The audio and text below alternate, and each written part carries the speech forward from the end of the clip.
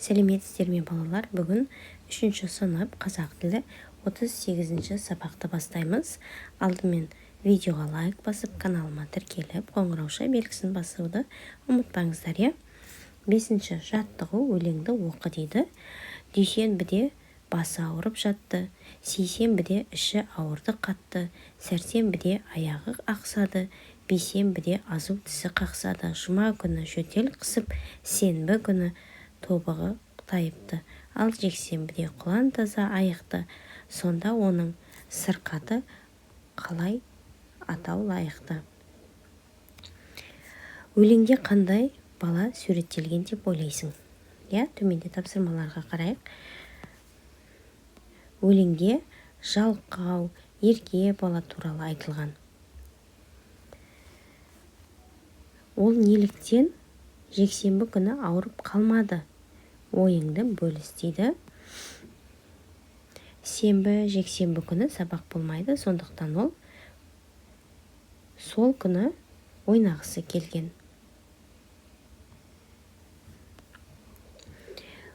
Өзің жексенбі күні қалай өткізесің дейді. Мен жексенбі күні ойын ойнап, кітап оқып, ата-анама үй шаруасына көмектесемін. Отбасымызбен саябаққа, циркке, театрға барамыз. Келесі тапсырма.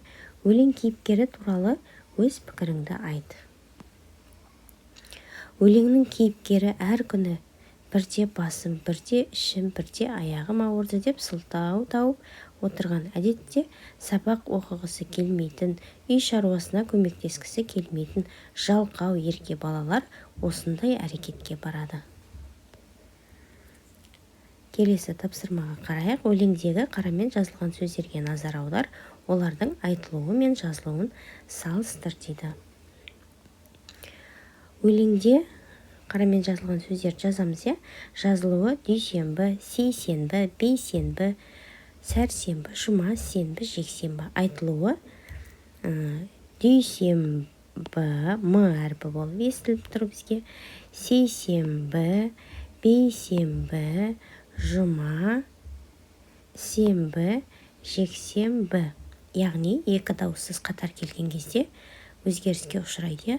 Сондықтан жазылған кезде дұрыс жазамыз, айтылған кезде бізге басқаша дыбыс болып естіледі. 6-шы жаттығу кестені толтыр. Кестеде бізде ұлдар және қыздар деп бөлінген. Енді ол соны ары қарай жалғастырып толтыруымыз керек. Аптаға байланысты ұлдарға Дүйсенбек, Дүйсенбай, Сейсенбек, Сейсенбай, Сәрсенбек, Сәрсенбай, Бейсенбек, Бейсенбай, Жұмабек, Жұмабай, Жексенбай, Сенбек, Сенбай деп жазуға болады. Ал қыздарға келсек, Жұмагүл, Жұмақыз, Дүйсенгүл, Сәрсенгүл деп жазуымызға болады. Астындағы тапсырмаға қарайық. Дүйсенбек, Жұмагүл деп ат қою себебі неден деп ойлайсың? Ат қою себебі бала аптаның қай күні дүниеге келсе, есімін сол апта күнге сәйкестендіріп қояды. Мысалы, дүйсенбі күні дүниеге келген ер балаға Дүйсенбек, ал қыз балаға Дүйсенгүл деген сияқты ат береді екен. Сондықтан да солай аталады. 7-ші жаттығу ойлан тап. Тапқан жауаптарыңды жаз дейді. Бізде жарты жылда неше ай бар? Жарты жылда 6 ай бар екен. Екінші, неше айдың аты Р әрпіне аяқталады? 3 айдың аты Р әрпіне аяқталады. Қаңтар, сәуір, мамыр. 3-ші сұрақ, қай айда 28 күн бар? Барлық айда 28 күн бар. Бірақ ақпан айы 28-нен аяқталады. 4-ші, сенбінің алдында келетін апта күннің аты? Жұма. 5-ші сұрақ, сенбіден кейін 3 күн өтті. Ол қай күн? Сейсенбі екен. Келесі тапсырма шығармашылық үзіліс. 8-ші жаттығу жұмбақты оқып шешуін тап. Ағайынды жетеуінің жұмысы бар, бесеуінің жұмысы жоқ, екеуінің. Бұл жұмбақтың шешуі апта күндері екен.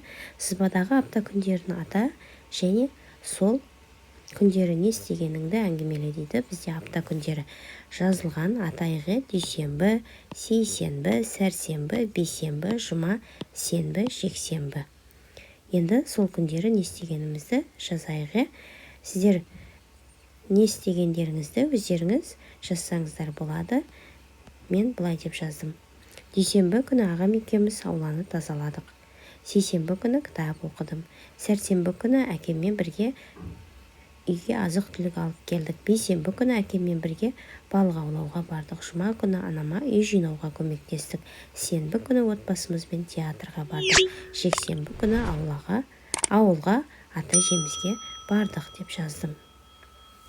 Осымен бүгінгі сабағымыз аяқталды. Келесі сабақта кездескенше